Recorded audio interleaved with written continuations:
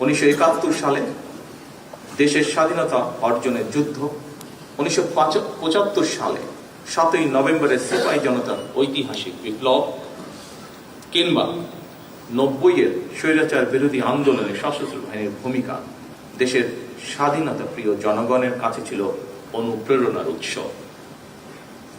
2009 সালে বিডিআর পিলখানায় পরিকল্পিত সেনা হত্যাযজ্ঞ চালিয়ে সেনাবাহিনীকে দুর্বল করে দেওয়া হয়েছিল।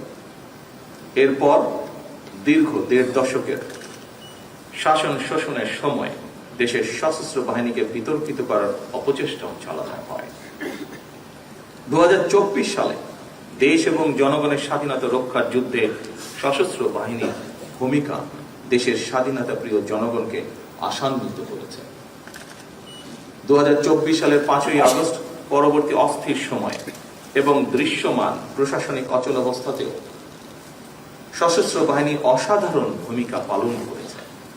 এমনকি অন্তর্বর্তীকালীন সরকারের পুরো সময়টিতে আইন শৃঙ্খলা রক্ষা থেকে শুরু করে দেশের শিল্প অঞ্চল, নগর বন্দর এবং স্থবির হয়ে পড়া অর্থনীতির চাকা সচল রাখার ক্ষেত্রেও সশস্ত্র বাহিনীর ভূমিকা ছিল ইতিবাচক।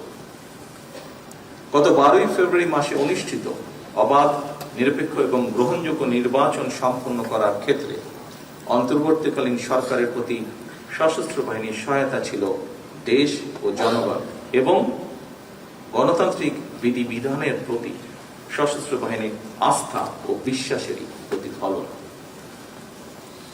উপস্থিত অফিসার্স এবং সৈনিকবৃন্দ,